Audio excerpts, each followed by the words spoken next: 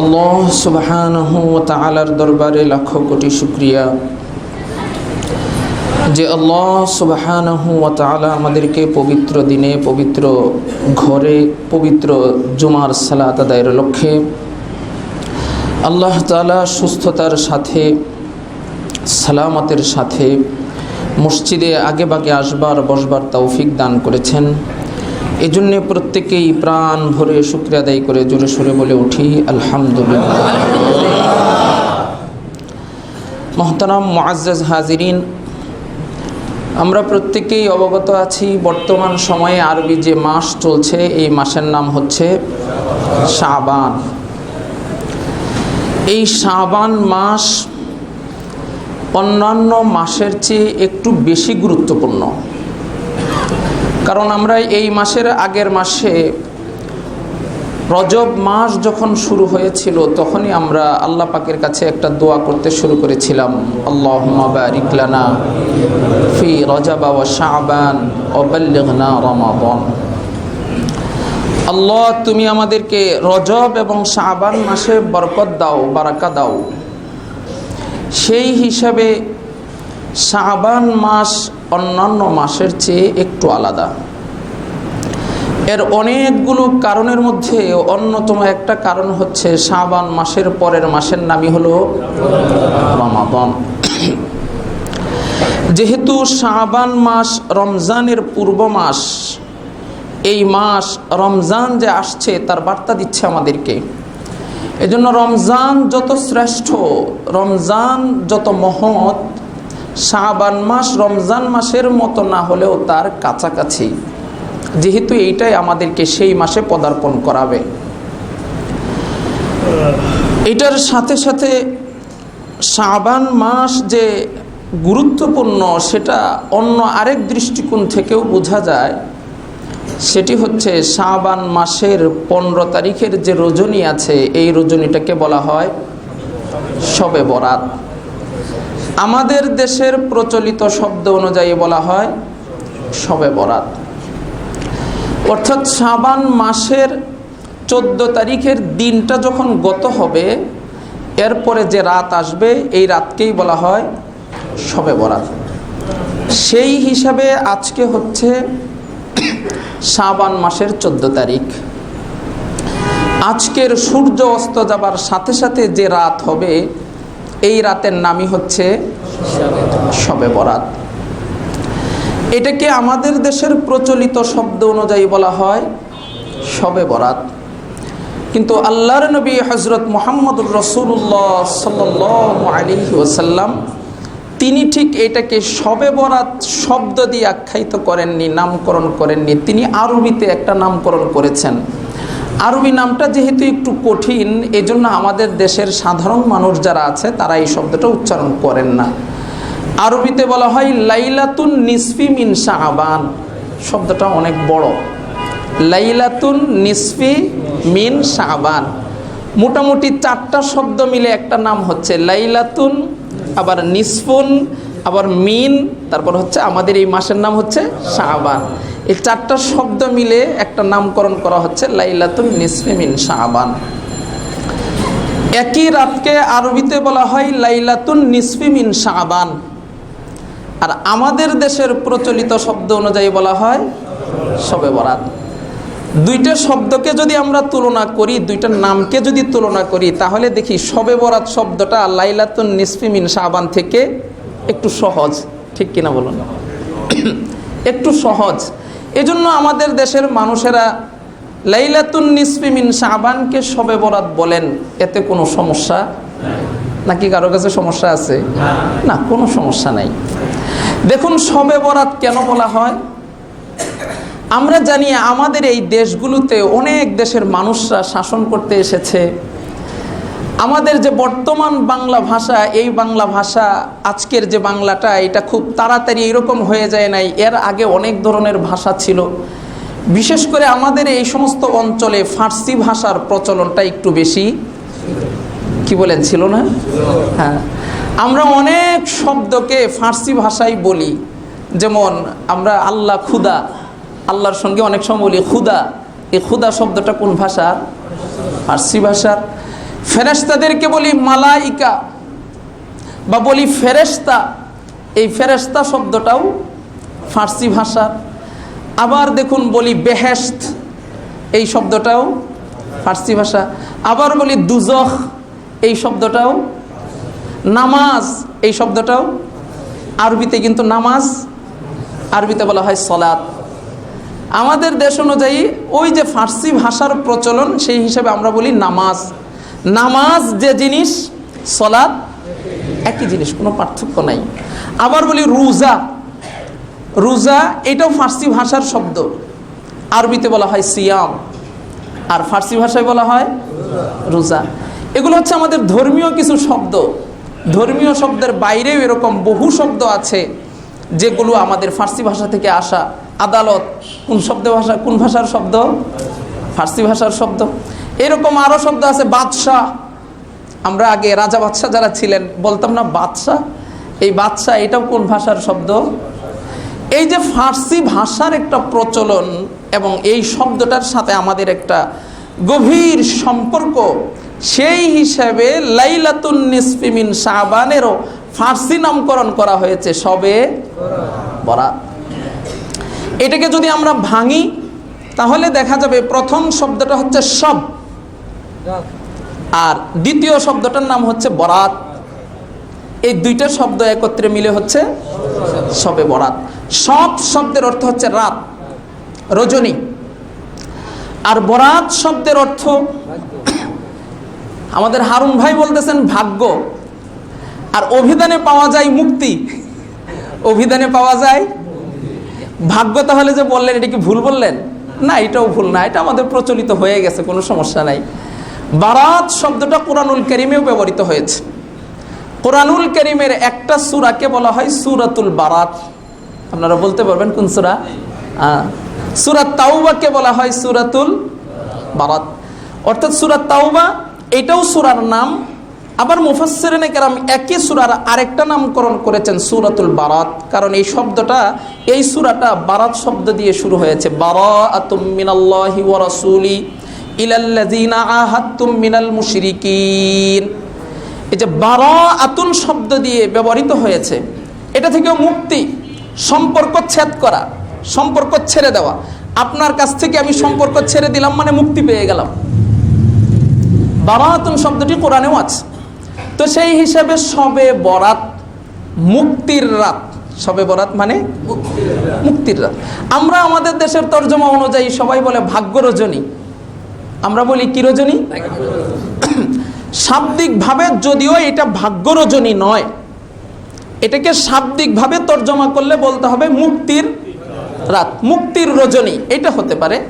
কিন্তু ভাগ্য রজনী যে বলছি, এটা কি আমরা ভুল বলছি? না, এইটাও একটা হাদিসের সাথে বোঝা যায়, এই তর্জমাটাও হাদিসের তর্জমার সাথে মিল আছে। এজন্য ভাগ্য রজনী বললেও কোনো পাপ হবে না, শবে বরাত বলা যায়। মুহতারাম হাজিরিন, আরবিতে বলি লাইলাতুন নিসফি মিন শাবান, আর বাংলায় বলি শবে বরাত। যদিও আরবি ফার্সি ভাষা থেকে আসা, আমাদের এই বাংলা ভাষা তো উদার একটা ভাষা। আমাদের এই বাংলা ভাষায় যে ফার্সি ভাষার শব্দ আছে এরকমই নয়, ইংরেজি ভাষা থেকেও আমাদের অভিধান অনেক শব্দ গ্রহণ করেছে, উর্দু ভাষা থেকেও আমাদের বাংলা ভাষা অনেক হিউজ পরিমাণ শব্দ গ্রহণ করেছে। বাংলা ভাষার নিজস্ব শব্দ তো আছেই, এমনকি চাইনা শব্দও আছে না নাই? চা, চিনি কোন ভাষার শব্দ ভাই? চাইনা ভাষার শব্দ না, চীনা শব্দ এগুলো। চা, চিনি এগুলো আমরা যে বলি, এগুলো চীনা শব্দ, তাই না?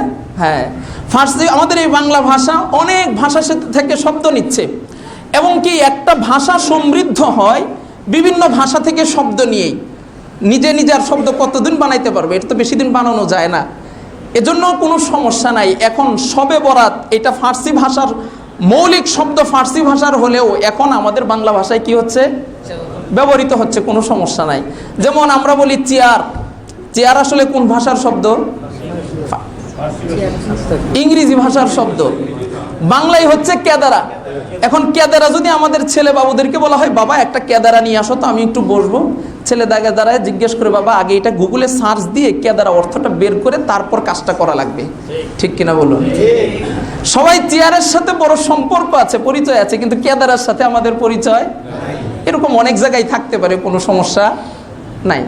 আমাদের ভাষাটা বেশ উদার একটা ভাষা, অনেক ভাষা থেকে শব্দ নিচ্ছে, আলহামদুলিল্লাহ, কোনো সমস্যা নাই।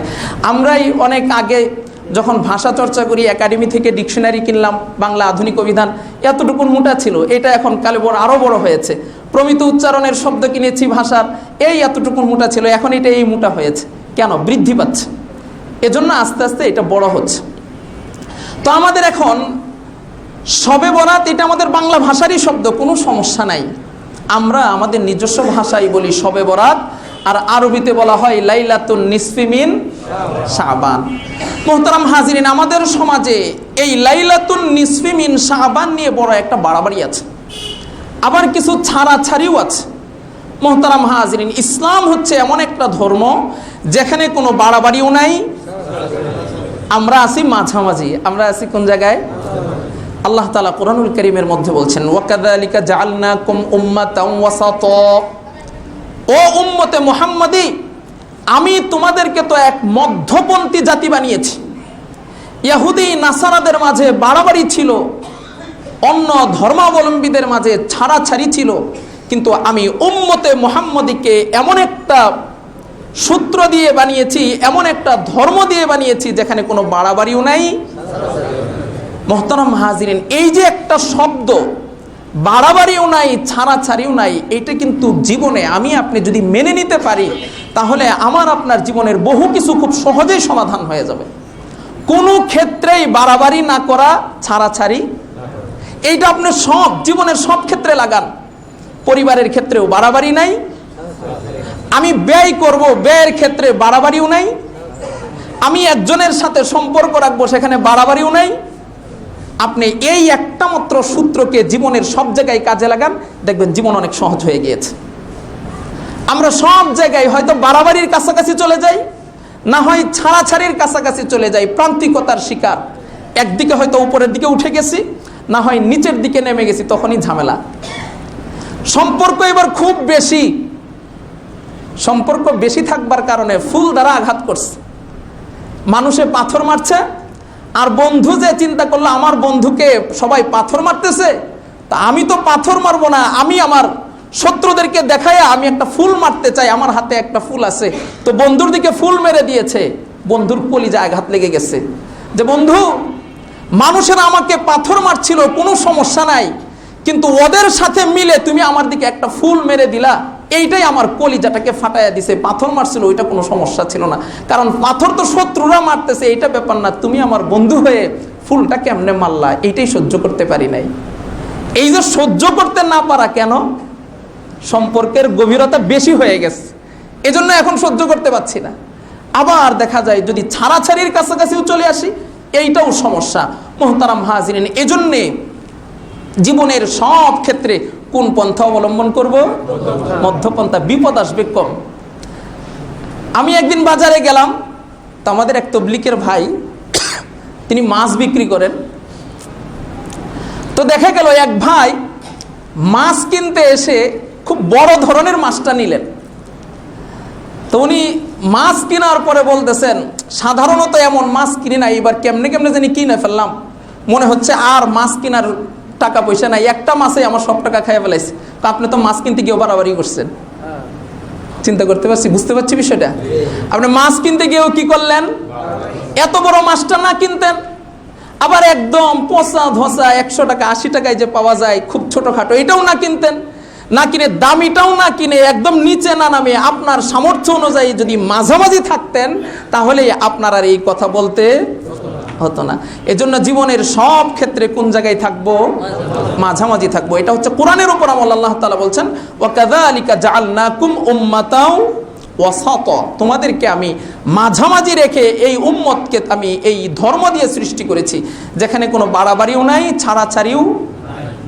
লাইলাতুন নিসফি মিন শাবান, এই ক্ষেত্রে আমাদের 1 নাম্বার উসুল হচ্ছে, নিয়ম হচ্ছে, আমরা এই ক্ষেত্রে বাড়াবাড়িও করব না, ছাড়াছাড়িও মানব তো ইনশাআল্লাহ। আল্লাহ তাআলা আমাদেরকে মানবার তৌফিক দান করুন।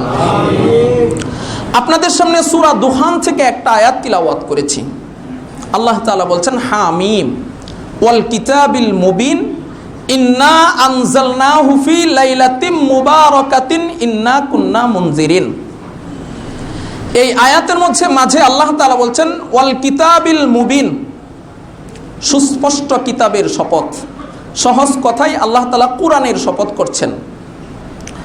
এরপর তিনি বলছেন ইন্না আনজালনাহু ফি লাইলাতিম মুবারাকাহ, আমি কোরআনকে এক বরকতপূর্ণ রজনীতে নাজিল করেছি। মুফাসসিরিনে কেরামের অধিকাংশ জন বলেছেন এই লাইলাতুম মুবারাকা মানে হচ্ছে লাইলাতুল কদর। লাইলাতুম মুবারাকা মানে হচ্ছে যেটা রমজান মাসে আসে, সেটাকে আমরা বলি লাইলাতুল কদর নামে কোরআনুল কারীমে একটা সূরাও আছে। কিছু কিছু মুফাসসিরিনে কেরাম বলেছেন যে লাইলাতুম মুবারাকা, লাইলাতুল কদর ঠিক আছে, এই তরজমাও সহিহ। এর সাথে আরেকটা তরজমাও সহিহ, লাইলাতুম মুবারাকা মানে হচ্ছে লাইলাতুল বরাত, লাইলাতুন নিসফি মিন শাবান, অর্থাৎ এই শবে বরাতের রাত। এই ক্ষেত্রে আবার কিছু প্রশ্ন জাগে। প্রশ্নের একটা সহজ উত্তর যে হুজুর, যদি আমরা লাইলাতুল কদর ধরি তাহলে তো সেটা রমজানের শেষে আসে, ঠিক কিনা বলুন? আর যদি লাইলাতুন নিসফি মিন শাবান ধরি তাহলে তো শাবান মাসের 15 তারিখ বোঝায়, ঠিক কিনা? মাঝখানে কত দিনের ব্যবধান? মোটামুটি একদিকে 15 আর একদিকে 27, মোটামুটি 42-43 দিনের ব্যবধান। মুফাসসিরিনে কেরামের উপর প্রশ্ন করা হয়েছে, যদি বলেন কোরআন নাজিল হয়েছে লাইলাতুল কদরে, আবার যদি বলেন লাইলাতুম মুবারাকা লাইলাতুন নিসফি মিন শাবান অর্থাৎ শবে বরাতে, তাহলে 2 তারিখের মাঝে তো মিল নাই। একটা প্রশ্ন জাগে কিনা? আমরা কি একটু বুঝতে পারছি? প্রশ্নের উত্তর কি? মুফাসসিরিনে কেরাম চমৎকার সমাধান দিয়েছেন এবং হাদিসের মধ্যেও তার ইঙ্গিত পাওয়া যায়। মুফাসসিরিনে কেরাম বলেন, ভাই, দুনিয়ার কোনো কাজ আমরা হুট করে ফেলি না। কিছু কাজ এমন আছে অনেক আগ থেকেই প্ল্যান চলতে থাকে, নির্ধারিত দিনে গিয়ে সেটা বাস্তবায়ন হয়।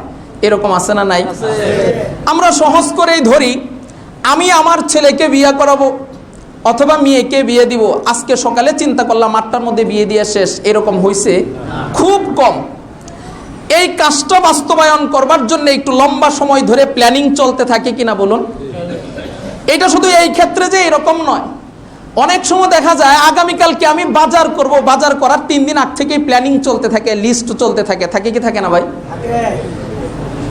দেখা যায় প্ল্যানিং এর পরে নির্ধারিত একটা দিনে গিয়ে সেটা বাস্তবায়ন হয়, কিন্তু যে কাজটা যে দিনে বাস্তবায়ন হয়েছে তার আগ থেকে অনেক লম্বা সময় ধরে তার প্ল্যান চলেছে। আমরা কি বুঝতে পারছি? মুফাসসিরিনে কেরাম বলেন লাইলাতুল কদরে আল্লাহ তাআলা আরশে আজিম থেকে প্রথম আসমান পর্যন্ত কোরআন নাজিল করেছেন, এই কথাই সন্দেহ নাই, এইটাও ঠিক আছে। কিন্তু এই যে কোরআন নাজিলের প্ল্যানিং, ফেরেশতাদের মধ্যে তার আলোচনা, এইটা লাইলাতুল বরাত অর্থাৎ লাইলাতুন নিসফি মিন শাবান থেকে শুরু হয়েছিল। তারা আলোচনা করে করে এটার বিশাল এক আয়োজন করে লাইলাতুল কদরে গিয়ে সেটা বাস্তবায়ন করেছেন। বুঝতে পেরেছেন? তাহলে বুঝতে পারলাম আজকের এই রজনী থেকে আমাদের অনেক কাজ শুরু হয়ে যাবে। কি কি কাজ শুরু হবে এটা জানবার জন্য আমাদের হাদিসের দিকে যেতে হবে। 1 নম্বর হাদিস হযরত আয়েশা রাদিয়াল্লাহু তাআলা আনহা থেকে বর্ণনা। আম্মাজান হযরত আয়েশা সিদ্দিকা রাদিয়াল্লাহু তাআলা আনহা বলেন, ফাকাতু রাসূলুল্লাহি সাল্লাল্লাহু আলাইহি ওয়াসাল্লাম লাইলাতান, একদিন আমি আল্লাহর নবী হযরত মুহাম্মদুর রাসূলুল্লাহ সাল্লাল্লাহু আলাইহি ওয়াসাল্লামকে রাত্রিবেলায় বিছানায় নিয়ে শুইলাম। সুবহানাল্লাহ। আমরা জানি আল্লাহর নবীর অনেকগুলো স্ত্রী এবং প্রতিজন স্ত্রীর কাছে কবে তিনি থাকবেন তার পালাটাও বন্টন করা ছিল। আম্মাজান আয়েশা রাদিয়াল্লাহু তাআলা আনহার কাছে যেদিন যাবেন, যেদিন ওনার পালা, তিনি বলেন আমি নবীজিকে নিয়ে শুইলাম। একটু পরেই ফাকাতু রাসূলুল্লাহি সাল্লাল্লাহু আলাইহি ওয়াসাল্লাম, আমি হঠাৎ করে তাকায়া দেখি বিছানায় নবীজি। আমার একটু সন্দেহ লেগে গেল, আমার বিছানায় শুয়ে। আর আমরা জানি হযরত আম্মাজান আয়েশা সিদ্দিকা রাদিয়াল্লাহু তাআলা আনহা বয়সে যেহেতু অন্যান্য স্ত্রীদের চেয়ে কম ছিলেন, এজন্য ছোটদের দেমাগ একটু বেশি থাকে না? দেখবেন ঘরে যদি বাজার নিয়ে যান, বড় ছেলেটা কোনো কিছু না বললেও আপনার যে ছোট মেয়ে আছে ওনার জন্য যদি চিপস না নিয়ে যান তাহলে কিন্তু কিছু ডলা খাইতে হয় কি হয় না ভাই? কিছু ধমক রাগ আমগর দেখতে হয় কি না? এটা তো ভাই কমন বিষয়। আম্মা জান আয়েশা রাদিয়াল্লাহু তাআলা আনহা তাকায় দেখলেন আরে বিছানায় নবীজি নাই। উনি বলেন ফাখারাজতু, আমি নবীজিকে খোঁজার জন্য বের হয়ে গেলাম। সুবহানাল্লাহ, আমি আপনি রাত্রিবেলায় গেলে খোঁজার জন্য বের হবে? গেছে, ভালো হয়েছে, শান্তি পেয়েছি। অন্তত কেউ কেউ বলবে মোবাইল টিপার সুযোগ হয়েছে। এরকম মা বোন আমরা আসেনি ভাই? হ্যাঁ, স্বামী যদি বিছানায় না থাকে খোঁজ নিতে হবে যে গেল কোথায়, স্বামীরও খবর নিতে হবে। আমরা মা বোন যারা আছি স্বামীদেরকে ছেড়ে দিব না, তাহলে কিন্তু লাগাম ছাড়া হয়ে যাবে, এখানে ওখানে চলে যাবে। ভয়ঙ্কর সময় আজকে আসেনি, সেই ভয়ঙ্কর দিন মনে আছে আপনাদের? আজকের দিনটা বড় ভয়ঙ্কর দিন না? ভয়ঙ্কর দিন। একটু পরে আসি। আম্মা জান আয়েশা রাদিয়াল্লাহু তাআলা আনহা বলেন আমি আমার স্বামীকে খোঁজার জন্য বের হয়ে গেলাম, খোঁজা শুরু করলাম। আল্লাহু আকবার। খুঁজতে খুঁজতে নবীজিকে পেয়ে গেলাম। ফাইদা হুয়া ফিল বাকি, তিনি জান্নাতুল বাকিতে রাত্রিবেলায় অবস্থান করছেন। সুবহানাল্লাহ। আমি আল্লাহর নবী যখন দেখলাম নবীজিকে, নবীজিও আমাকে দেখলেন। নবীজি আমাকে দেখার সাথে সাথে বলতে শুরু করলেন, ইয়া আয়েশা ইন্নাকা কুনতি তাখাফিনা আইয়াহিফাল্লাহু আলাইকি ওয়া রাসূলুহু। আয়েশা, তুমি কি এটা মনে করেছো আল্লাহ আর আল্লাহর রাসূল তোমার উপর খেয়ানত করবেন? সুবহানাল্লাহ। কথার অ্যাঙ্গেলগুলো একটু বুঝতে হবে। আল্লাহ রাসূল বুঝে ফেলেছেন আয়েশা এত রাত্রে বের হলো কেন। নবীজি বুঝে ফেলেছেন আয়েশা মনে হয় কিছু ধারণা করছে। কথাটা কি বুঝতে পারছেন আপনারা? আয়েশা বুঝতে পারছেন যে কিছু ধারণা করেছে। আম্মা জান আয়েশা আমার সাথে সাথে উত্তর দিচ্ছেন, ইয়া রাসূলুল্লাহ ইন্নী যানানতু আন্নাকা আতাইতা বা'দা নিসাইক। সুবহানাল্লাহ পড়ুন। সুবহানাল্লাহ। আয়েশা রাদিয়াল্লাহু তাআলা আনহা বললেন, ইয়া রাসূলুল্লাহ আমি তো ধারণা করেছিলাম আপনি আমার বিছানা ছেড়ে দিয়ে অন্য কোন স্ত্রীর ঘরে। আল্লাহু আকবার। একটু শুধু মাথায় রাখুন, একটু পরে আসতেছে হাদিসের ব্যাখ্যায়। নবীজি সাল্লাল্লাহু আলাইহি সাল্লাম এরপর আয়েশাকে বলেন, আয়েশা আজকের এই রজনী সম্পর্কে কি তুমি জানো? ইন্নাল্লাহ আযজা ওয়া জাল্লা ইয়ানজিলু লাইলাতান নিসফি মিন শাবান। আল্লাহ সুবহানাহু ওয়া তাআলা এই লাইলাতুল বারাতে লাইলাতুন নিসফি মিন শাবানে প্রথম আসমানে অবতরণ করেন। ফায়াগফিরু লি আকসারা মিন আদাদি শারি গানামি কালবিন। বনু কালব গোত্রে যতগুলো ছাগল আছে ওই ছাগলগুলোর গায়ে যত পশম আছে তার চেয়ে বেশিওয়ালা মানুষকে, পশমওয়ালা মানুষকে এই রাতে ক্ষমা করে দেন। সুবহানাল্লাহ। সুবহানাল্লাহ। মুহতারাম হাজিরিন, হাদিস থেকে তিনটা বিষয় আমরা জানতে পারলাম। এক নম্বর বিষয় জানতে পারলাম লাইলাতুন নিসফি মিন শাবানের ফজিলত কি। নবীজি ফজিলত শোনায়া দিলেন, আয়েশা আজকের রাতের ফজিলত কি জানো? আল্লাহ তাআলা এই রাতে প্রথম আসমানে অবতরণ। কথাটা একটা প্রশ্ন জাগে। মুহতারাম হাজিরিন, এক কথায় সময় সংক্ষেপ, উত্তরটা সহজে ধরে নেই। নামা এবং উঠা এটা আমাদের সিফত। কি বলেন? নামা এবং উঠা এটা কার সিফত? আমাদের সিফত। যেমন আমাদের কিছু ভাই দোতলায় উঠছেন, কেউ 3 তলায় উঠছেন, কেউ 4 তলায় উঠছেন। আমরা উঠি এবং দেখার জন্য আমাদের আলো শর্ত। আলো ছাড়া আমরা কেউ দেখতে, অন্ধকারে কেউ দেখতে পারেন? নিজের শরীরও দেখা যায় না, দেখার জন্য আলো প্রয়োজন। এটা আমাদের দরকার। আল্লাহ সুবহানাহু ওয়া তাআলা উঠানামার জন্য, উঠানামা এটা আল্লাহ পাকের সিফত, আল্লাহ পাকের গুণ, এটা নয়। তাহলে হাদিসের মধ্যে যে আল্লাহর নবী বলছেন ইয়ানজিলু, ইন্নাল্লাহা ইয়ানজিলু মিনাস সামা লাইলাতান নিসফি মিন শাবান ইলা সামাইদ দুনিয়া, আরশে আজিম থেকে প্রথম আসমানে নামেন। সহজ ব্যাখ্যা হচ্ছে আল্লাহ পাক নামার ঊর্ধ্বে, তার উঠারও দরকার নাই, নামারও দরকার নাই। এর দ্বারা মুফাসসিরিনে কেরাম সহজ ব্যাখ্যা করেছেন আল্লাহ পাকের রহমত এই দিনে প্রথম আসমানে বেশি পরিমাণে চলে আসে। কথাটা আমরা বুঝতে পেরেছি? হ্যাঁ, বেশি পরিমাণে আসে। কি হয়? আসার পরে আল্লাহর নবী বলেন ফায়াগফিরু লি আকসারা মিন আদাদি শারি গানামি কালবিন। আরবের মাঝে একটা গোত্র ছিল বনু কালব, গোত্রের নাম বনু কালব। মুহতারাম হাজিরিন, আমরা জানি আমাদের গ্রামগঞ্জেও অনেক মানুষ এরকম আছে না, এক এক গ্রামের মানুষ এক এক পেশায় নিয়োজিত। কোন এলাকার মানুষ এমন আছে ধান চাষ বেশি করে, কোন এলাকার মানুষ এরকম আছে হাঁস চাষ করে, হাঁসের খামার আছে। কোন এলাকার মানুষ বকরির খামার আছে, গরুর খামার আছে। কোন এলাকায় তাঁত বেশি, নাকি সব জায়গায় তাঁত বেশি? আরবের একটা গোত্র ছিল বনু কালব। এই গোত্রের মানুষ বেশি পরিমাণে ছাগল চড়াতো। আরবের এমন কিছু গোত্র আছে যারা বেশি পরিমাণে উট রাখতো, এরকম গোত্র আছে। তো আরবের একটা গোত্র ছিল বনু কালব। এই কালব গোত্রের মানুষেরা বেশি পরিমাণে ছাগল চড়াতো, বকরি চড়াতো। আল্লাহর নবী বলেন এই বনু কালব গোত্রে যে পরিমাণ ছাগল আছে, আগেই তো বুঝতে পারছি কি পরিমাণ ছাগল ছিল, বুঝতে পারছেন না ভাইরা? আল্লাহর নবী বলছেন এই গোত্রে যে পরিমাণ বকরি আছে, এই বকরিগুলোর গায়ে যে পরিমাণ পশম আছে, তার চেয়ে বেশি পরিমাণ মানুষকে আজকের এই রাতে আল্লাহ তাআলা ক্ষমা করে। সুবহানাল্লাহ। মুহতারাম হাজিরিন, ক্ষমার দরকার আছে না নাই? তাহলে রাত সম্পর্কে একটু সচেতন থাকবো তো ইনশাআল্লাহ। এই রাত কি আমাদের পিছনে চলে গেছে নাকি সামনে আসতেছে? আসতেছে। ভয় পাওয়ার কারণ নাই। অনেকেই মনে করি যারে তো এমন একটা রাত আসতেছে, এটা তো আরো 1 মাস আগে থেকে আলোচনা করার দরকার ছিল, ঠিক কিনা? 1 মাস আগে থেকে আলোচনা করার দরকার ছিল। কেন ভাই? 1 মাস আগে যা বলবো এটা যদি আজকে বলতে পারি সমস্যা আছে কোনো?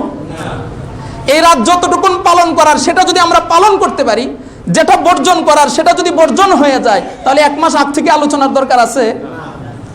শুধু জেনে রাখবো। তাহলে এই রাতে আল্লাহ রাব্বুল আলামিন অগণিত মানুষকে ক্ষমা করবেন। 2 নাম্বার 2টা কথা একটু বলে আসি। হাদিসের প্রথম অংশে আম্মা জান আয়েশা বলেন, আমি যখন দেখলাম নবীজিকে নাই, তখন খোঁজার জন্য বের হলাম। পেলাম কোথায়? জান্নাতুল বাকিয়া। জান্নাতুল বাকিয়া হচ্ছে মদিনার একটা কবরস্থান। মসজিদে নববীর ঠিক দক্ষিণ দিকে বিশাল একটা কবরস্থান, ওয়ালটানা একটা কবরস্থান আছে। হাজী সাহেবানগণ যারা যান হজ এবং উমরা করবার জন্যে, তারা দিনের বেলা এবং সন্ধ্যাবেলায় অনেক সময় এক এক টাইম থাকে, ওই টাইমে জান্নাতুল বাকিতে প্রবেশ করা যায়। আপনারা অনেকেই চিনেন। আল্লাহর নবী তখন সেই জান্নাতুল বাকিতে। মুহতারাম হাজিরিন, প্রশ্ন হচ্ছে আম্মা জান আয়েশা রাদিয়াল্লাহু তাআলা আনহা নবীজিকে যে জান্নাতুল বাকিতে পেলেন, একা একা পেলেন নাকি অনেক সাহাবী সহ পেলেন?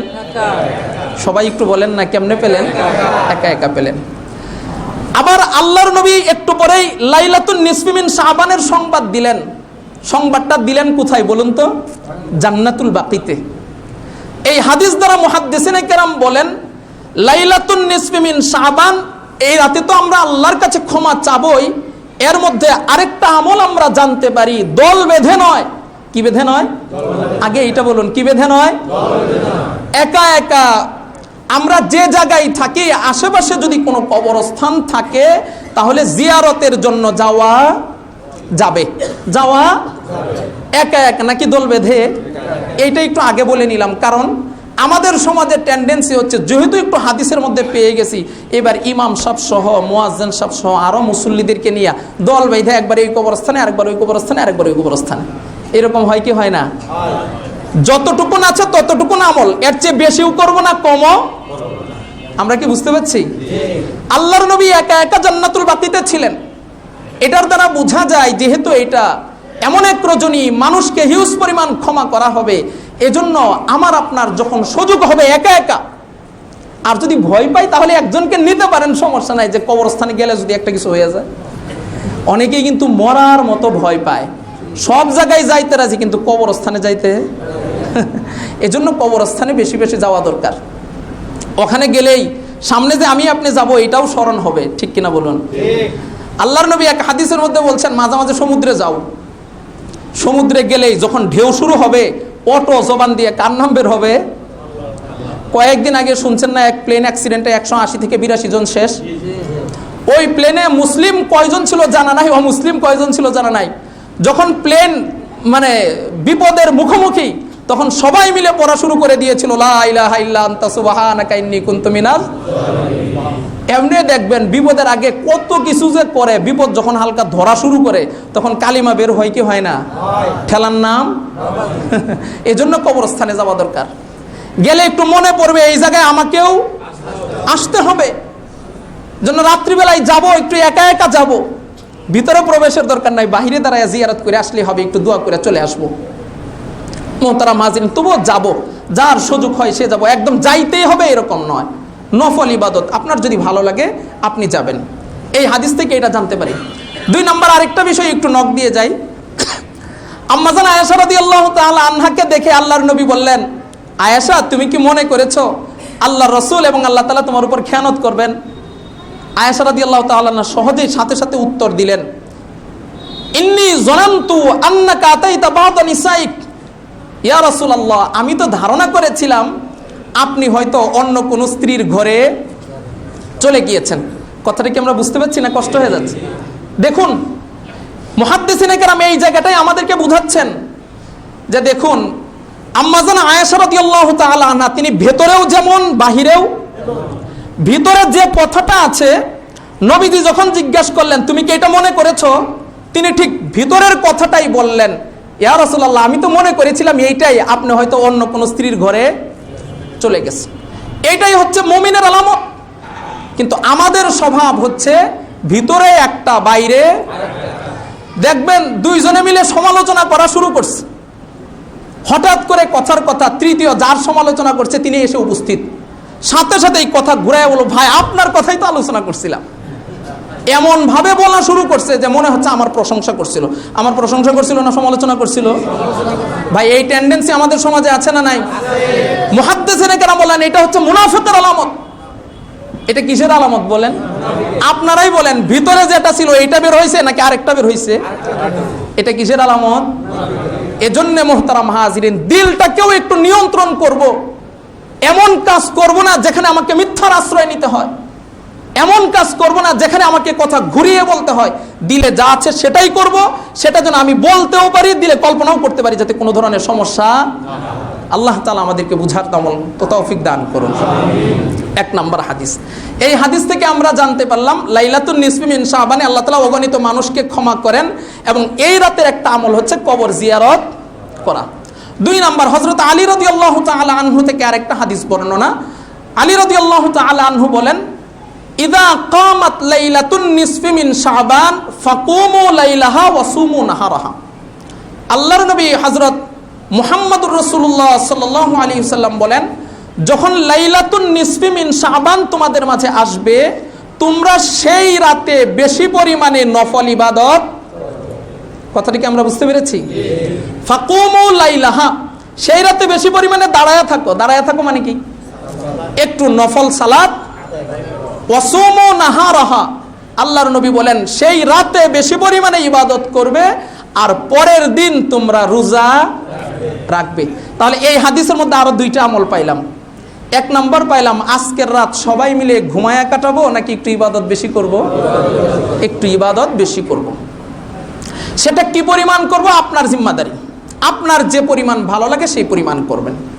অন্তত আজকের রাত যেন এরকম না হয় কোনো ইবাদতই আমি করলাম না, তাহলে বুঝতে হবে আমি কপাল। অন্তত 2 রাকাত 4 রাকাত 6 8 10 রাকাত 20 রাকাত নামাজ যেন আজকের রজনীতে হয়, তাহলে এই হাদিসের উপর আমল হবে। এইটা যেরকম আমরা করব, আজকে থেকে সবাই নিয়ত করি আল্লাহর নবীর হাদিস অনুযায়ী আগামীকাল প্রত্যেকেই রোজা। যারা সুস্থ আছি, যারা অসুস্থ আলহামদুলিল্লাহ তারা না রাখলে কোনো সমস্যা নাই, এটা নফল রোজা। আর যারা আমরা সুস্থ আছি আমরা নিয়ত করি আগামীকাল প্রত্যেকেই মিলে ইনশাআল্লাহ কি রাখবো? এটা পারবো তো ইনশাআল্লাহ? লাইলাতুন নিসফি মিন শাবানের রোজা কয়টা? একটা প্রশ্ন জাগে। কেউ মনে করেন 3টা, কেউ মনে করেন 2টা। হাদিসে কি বলছে বলুন তো? একটা। আল্লাহ রাসূল বলছেন ফাকুমু লাইলাহা ওয়া সুমু নাহারাহা, রাত্রিবেলায় তোমরা বেশি পরিমাণে নফল ইবাদত করো, পরের দিন তোমরা। তাহলে আমরা সবাই একটু নিয়ত করতে পারি কি আগামীকালকে রোজা রাখবো ইনশাআল্লাহ? আল্লাহ তুমি আমাদেরকে আগামীকাল রোজা রাখার তৌফিক দান করো। যেহেতু আগামীকাল রোজা রাখবো, আগেই একটা ঘোষণা দিয়ে দেই, যেহেতু আমরাই নামাজ পড়াই, আগামীকালকের মাগরিবের নামাজ আমরা 5-7 মিনিট পরে পড়বো। আপনারা ইফতার করে আসবেন, তারপরে ইনশাআল্লাহ নামাজে দাঁড়াবো ইনশাআল্লাহ। এই হাদিসের মধ্যে 2টা আমল পেলাম, আজকের রাতে ইবাদত করা এবং আগামীকাল রোজা রাখা। এই হাদিসের শেষ অংশে আল্লাহর নবী বলেন, ইন্নাল্লাহা আযজা ওয়া জাল্লা ফিহা লিগুরুবিশ শামসি ইলা সামাইদ দুনিয়া। আল্লাহ রাব্বুল আলামিন সূর্য অস্ত যাওয়ার সাথে সাথেই সূর্য উদয় হওয়া পর্যন্ত প্রথম আসমানে অবতরণ করেন। সুবহানাল্লাহ। আল্লাহ অবতরণ করেন মানে হচ্ছে আল্লাহ পাকের রহমত আগমন করে। আল্লাহ পাকের রহমত আসার পর আল্লাহর নবী হাদিসের মধ্যে বলেন ফায়ুকালু, ডেকে ডেকে বলা হয়, আলা মিন মুস্তাগফিরিন ফাগফিরালাহ, আলা মিন মুস্তারজিকিন ফাআরযুকা, আলা মুবতালান ফাউআফিয়া। ও আমার বান্দা, তোমাদের মাঝে এমন আছো কি যার ক্ষমা দরকার আমি আল্লাহর কাছে ক্ষমা চাও, তোমাকে ক্ষমা করে দিব। আল্লাহ পাক ডেকে বলতে থাকেন, ও আমার মুমিন বান্দারা, তোমাদের মাঝে এমন কেউ আছে কি যার রিজিকের দরকার? তুমি আমার কাছে রিজিক চাও, আমি আল্লাহ তোমার রিজিকের ব্যবস্থা করে দিব। আল্লাহ পাক আবার ডাক দিয়ে বলতে থাকেন, ও আমার মুমিন বান্দারা, তোমাদের মাঝে এমন কেউ আছো কি যে বিপদগ্রস্ত হয়ে আছো, বিপদ থেকে বের হতে পারছো না? আজ রজনীতে আমি আল্লাহর কাছে বিপদ থেকে মুক্তি চাও, আমি আল্লাহ তোমাকে মুক্তি দান করে দিব। তিনটা কথা বললাম, কার কার দরকার একটু বলুন তো? ক্ষমা কি দরকার আমাদের সবার? রিজিক কি দরকার সবার? বিপদ থেকে বাঁচার দরকার সবার? তাহলে আজকে রাতে কি করতে হবে? বেশি পরিমাণে চাইতে হবে। চাবো তো ইনশাআল্লাহ? নাকি ইমাম সাহেব যদি চান তাহলে আমরা চাবো, আর না হয় চাবো না? আমাদের টেন্ডেন্সি হয়ে গেছে, লাইলাতুল বারাত আসলো, সেই রাতে মসজিদে বিশাল একটা আয়োজন করা লাগবে, ইমাম সাহেব একটা দোয়া করবেন, রাত শেষ। ভাই এরকম ইমাম সাহেবের উপরে সব ছেড়ে দিব না, এটা তো আমার আমল। যদি ইমাম সাহেব মসজিদের পক্ষ থেকে কিছু করেন আমাদের উপকারার্থে, তাহলে সেটা ভালো। আমি ইমাম সাহেব বললেও এই রাতে আমল করব, না বললেও আগামীকালকে রোজা রাখবো, ইমাম সাহেব বললেও রাখবো, না বললেও, কারণ এটা তো আল্লাহর নবী বলে গিয়েছে। মুহতারাম হাজিরিন, এই হাদিস থেকে বুঝতে পেরেছি? হ্যাঁ, আল্লাহ তাআলা আমাদেরকে আমল করবার তৌফিক দান করুন। মুহতারাম হাজিরিন, আল্লাহ তাআলা ব্যাপকভাবে এই রজনীতে মাফ করে দেন, কিন্তু 4 শ্রেণীর মানুষ এমন আছে যাদেরকে আল্লাহ তাআলা আজকের রাতেও মাফ করবেন না। আমি সংক্ষেপে শুধু বলছি। আল্লাহর নবী এক হাদিসের মধ্যে বলেন, ইয়ানজিলুল্লাহু আযজা ওয়া জাল্লা ফি লাইলাতিন নিসফি মিন শাবান ফায়াগফিরু লিকুল্লি শাইইন। আল্লাহু আকবার। আল্লাহর নবী এক হাদিসের মধ্যে বলেন, আজকের এই রজনী হচ্ছে এত বরকতপূর্ণ রজনী, আল্লাহ সব কিছুকে অকাতরে শুধু মাফ করতে থাকেন, মাফ করতে থাকেন। কিন্তু ইল্লা রাজুলিন মুশরিকিন আও মুশাহিনিন আও ফি কলবিহি শাহনা, হাদিসের মধ্যে 2 ধরনের শব্দ এসেছে। 1 নাম্বার, ইল্লা রাজুলিন মুশরিকিন, আল্লাহ রাব্বুল আলামিন এই রাতে এক ধরনের মানুষ এমন আছে যাকে ক্ষমা করেন না, তিনি হচ্ছেন মুশরিক। তিনি হচ্ছেন কি?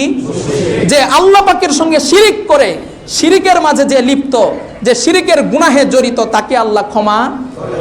আমরা যারা মসজিদে থাকবো তারা হয়তো শিরিক করব না, মাজারে যারা আছে তারা শিরিকে আছে কিনা বলুন? আজকের রাতেও গিয়া দেখবেন মাজার এত সুন্দরভাবে সাজানো হয়েছে, মাঝে মাঝে মাজারের মতো মসজিদকেও সাজানো হয়, হয় কি হয় না? লাইটিং ফাইটিং বহুত কিছু হয়, জায়েজ আছে বলুন তো? জায়েজ নাই। এই মাজারের লোকেরা শিরিকে থাকবে, আল্লাহ তাআলা তাদেরকে ক্ষমা করবেন না? ক্ষমা করবেন।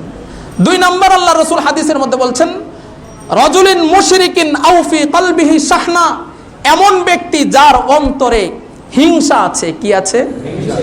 হিংসাকে বলা হয় হাসাদ।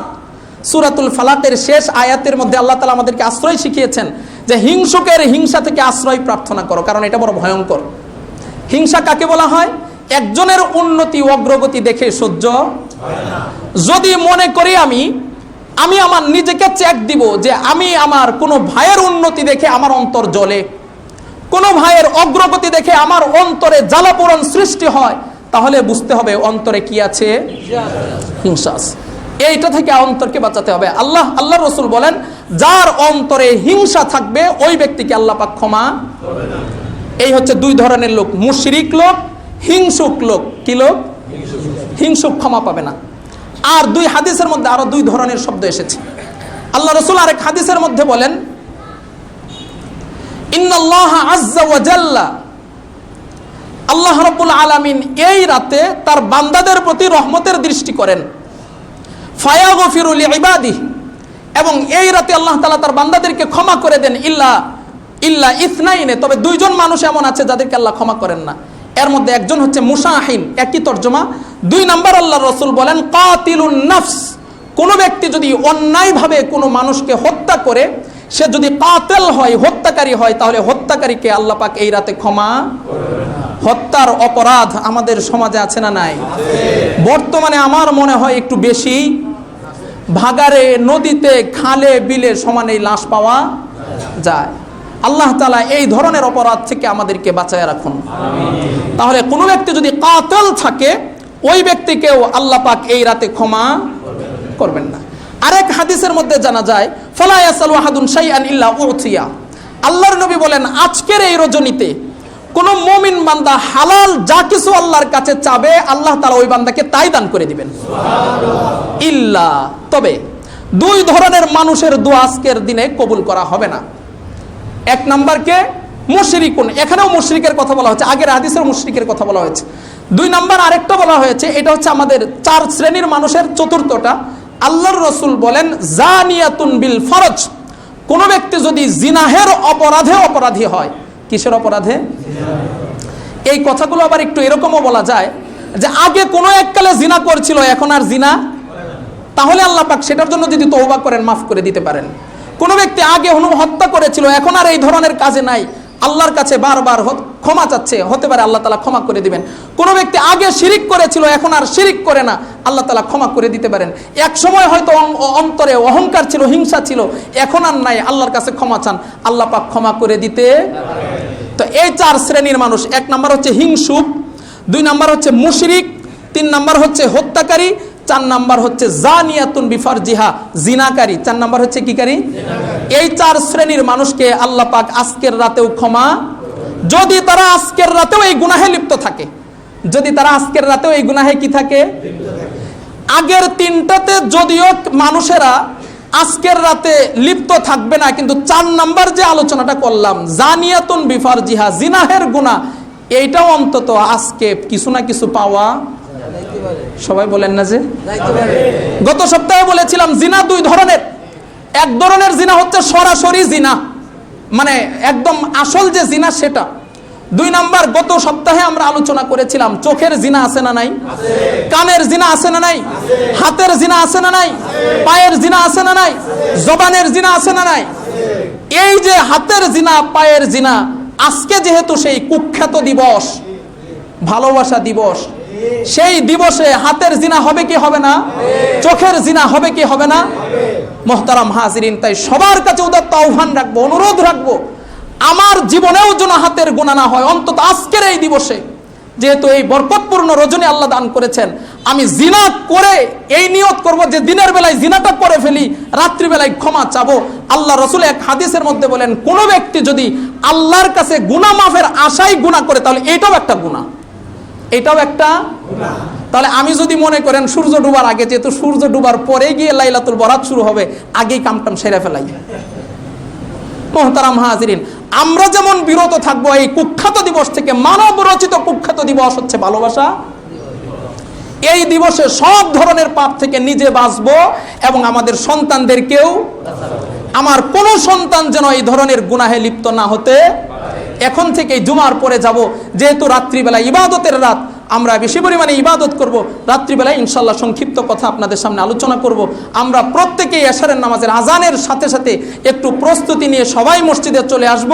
ইনশাল্লাহ এখানে আসব, জামাতে এশার নামাজ পড়ব, এরপর হচ্ছে কিছু ইবাদত বন্দিগি করব, সংক্ষিপ্ত কিছু আলোচনাও হবে, আমরা রাতটা কিভাবে পালন করব, ওই সময় একদম কি কি আমল করব সেটাও আমরা বলে দিব। তারপরে এই রাত আমল করে সেহরি খেয়ে ফজরের নামাজ পড়ে তারপর ইনশাল্লাহ ঘুমাবো। ঠিক আছে না ইনশাআল্লাহ? আল্লাহ তাআলা আমাদের সবাইকে আমল করবার তৌফিক দান করুন। ওয়া আখিরু দাওয়ানা আলহামদুলিল্লাহি রাব্বিল আলামিন।